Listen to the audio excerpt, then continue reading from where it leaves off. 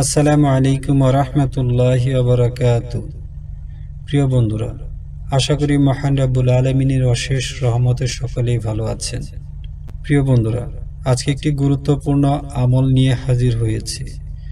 আপনি আপনার ঘরের দরজায় হাত রেখে এই দোয়াটি পড়ুন।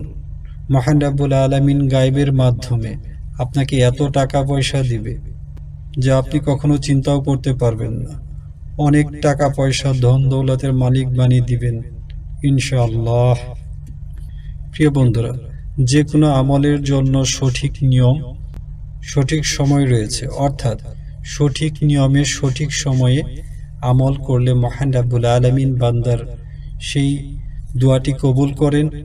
প্রিয় বন্ধুরা, আসুন জেনে নিই আমলটি কখন, কিভাবে এবং কে কে এই আমলটি করতে পারবেন এবং কোন সময় এই আমলটি করতে হবে, আর এই আমলের দোয়াই বা কি।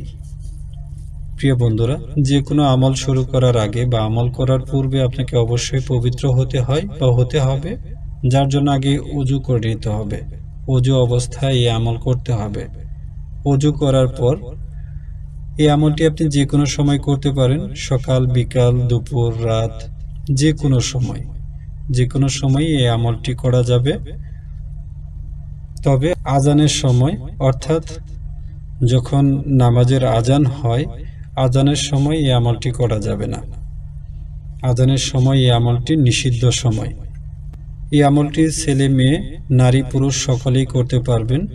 তাহলে ওযু করে ছেলে মেয়ে বা নারী পুরুষ সকলেই এই আমলটি করতে পারবেন। আর এই আমলটি করতে হবে, আপনি যে আমল করবে সে যে ঘরে থাকে ওই ঘরের দরজায় ডান হাত রাখতে হবে। ডান হাত রেখে 5 বার বিসমিল্লাহির রহমানির রহিম, বিসমিল্লাহির রহমানির রহিম, এভাবে 5 বার বিসমিল্লাহির রহমানির রহিম পড়তে হবে। এরপর এই আমলের যে দোয়া, সূরা ইখলাসের প্রথম আয়াত। সূরা ইখলাস অত্যন্ত ফজিলতপূর্ণ একটি সূরা। এই সূরার প্রথম আয়াত, কুল হুয়াল্লাহু আহাদ, কুল হুয়াল্লাহু আহাদ। সূরা ইখলাসের প্রথম আয়াত 30 বার পাঠ করতে হবে। 30 বার পাঠ করার পর দরজা থেকে হাত সরিয়ে নিতে হবে। আমলটি করা শেষ। এরপর আর কিছুই করতে হবে না। পরিপূর্ণ বিশ্বাস এবং ইখলাসের সাথে এই আমলটি করুন। মহান রাব্বুল আলামিন গায়বের মাধ্যমে আপনাকে এত টাকা পয়সা ধন দৌলতের মালিক বানিয়ে দিবেন যেটা আপনি চিন্তাও করতে পারবেন না। পরিপূর্ণ ইখলাস এবং বিশ্বাসের সাথে মহান আল্লাহ তাআলা আমাদের এই আমলটি করার তৌফিক দান করুন। আমিন।